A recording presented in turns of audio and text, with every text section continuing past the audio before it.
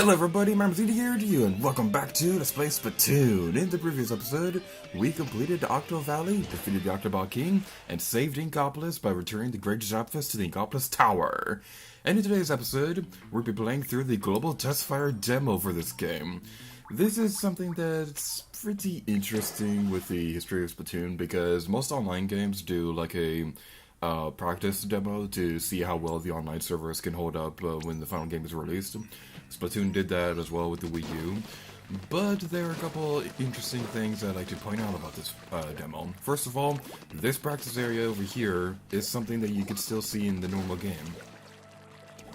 When you boot up your save file the first time, before you go into Inkopolis, you're treated with this same tutorial area that teaches you the basics of the Splatoon gameplay. I did record footage for this when I recorded the very first episode way back when I started this Let's Play, but I decided not to show that footage because of the fact that I already recorded the same practice area for the Global Testfire video. So that's the reason why I want to wait until now to show off this area. So this area, like I said a moment ago, it teaches you the basics for how Splatoon works, covering the ground in ink, swimming around in it, turning back and forth between a kid and a squid.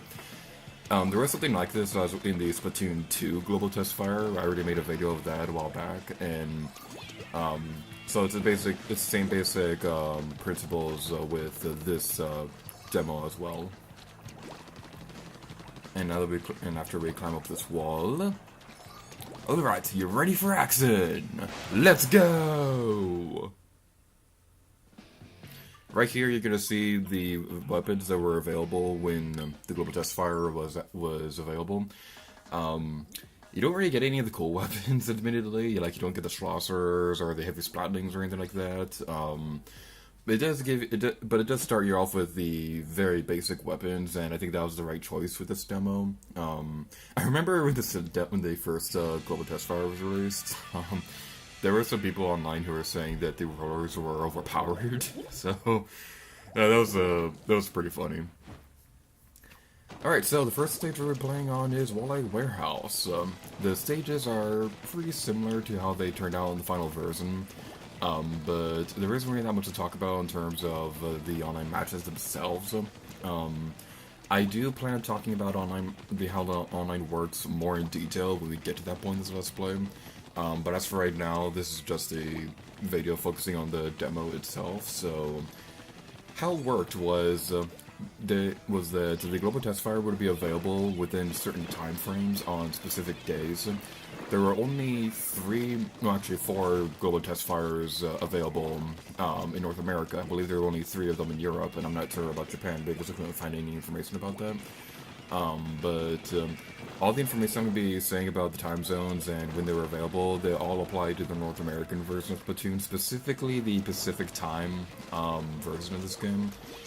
Because, of course, time zones are different across the world, so I'm going to be referring to the Pacific time zone because that's the version that I was playing on, because I'm a dirty West Coaster. Alright. The first Global Testfire was available on May 8th and May 9th. There were 2 demos available on May 9th. On May 8th, the demo was available at 8 o'clock through 9 o'clock, and on May 9th, it was available at 4 in the morning through 5. This demo is probably better suited for European players. There was another one that was available a little bit later in the afternoon that started at 12 o'clock and ended at 1 o'clock in the afternoon.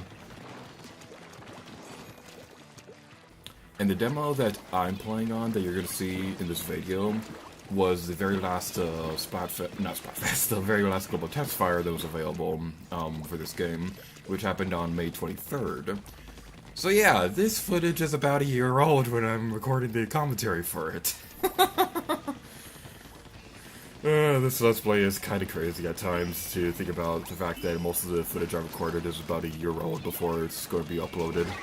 You better appreciate it. But anyway, back to the Global Testfire.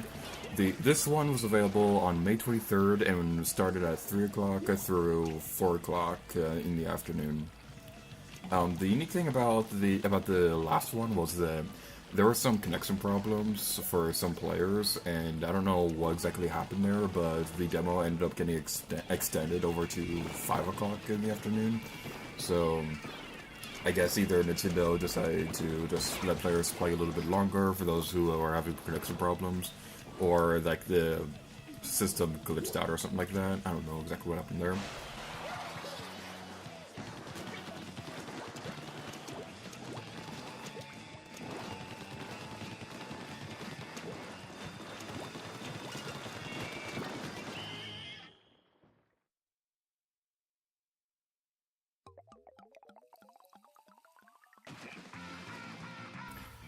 Yeah, we did a pretty good job, despite the fact that one of the teammates were just sitting there doing nothing.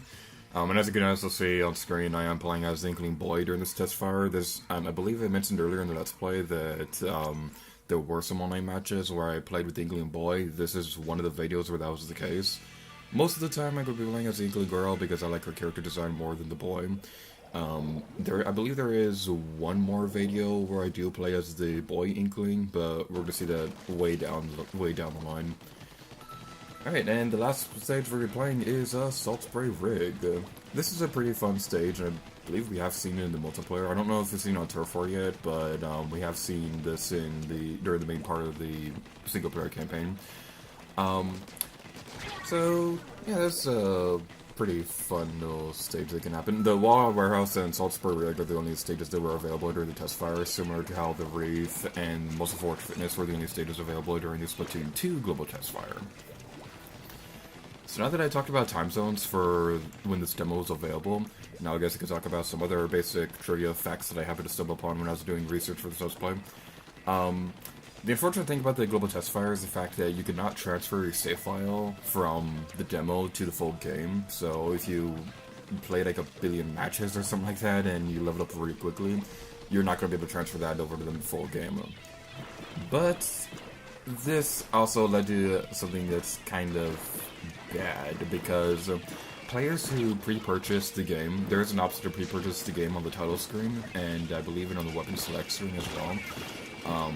There was an option to pre-purchase the game before it was released, because the first two Global Testfires came out before the full game was released. The second one came out before, after all the main online updates were released, like all the new stages and all the Splatfest and things like that.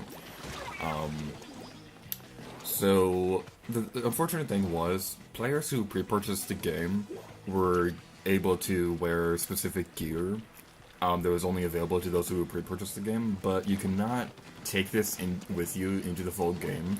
I do think that that gear that you would have unlocked is still available in the final game, and you unlock it from the store or something like that in Booyah Base. I'm not entirely sure off the top of my head. I'm going to do a little bit more research on that after I'm done recording this commentary, and I'm going to put a caption on screen here. It's a very beautiful caption indeed. Alright, and the last thing I want to talk about is the fact that after the time was up for the demo, that was it. You could not play online anymore, you were done, you could just go off and enjoy whatever else you do during the normal day. But the interesting thing was, this only applied for the online matches themselves. I'm not sure if this is the same case for the Splatoon 2 Global Testfire, but for this one, if you were in the practice area, like we saw at the beginning of the video, you could stay there forever if you wanted.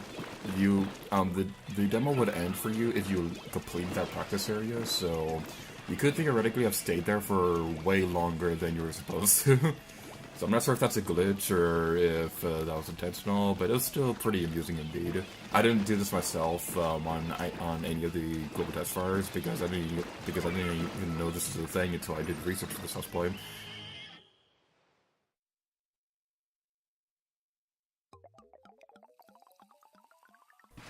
Yay, we beat them!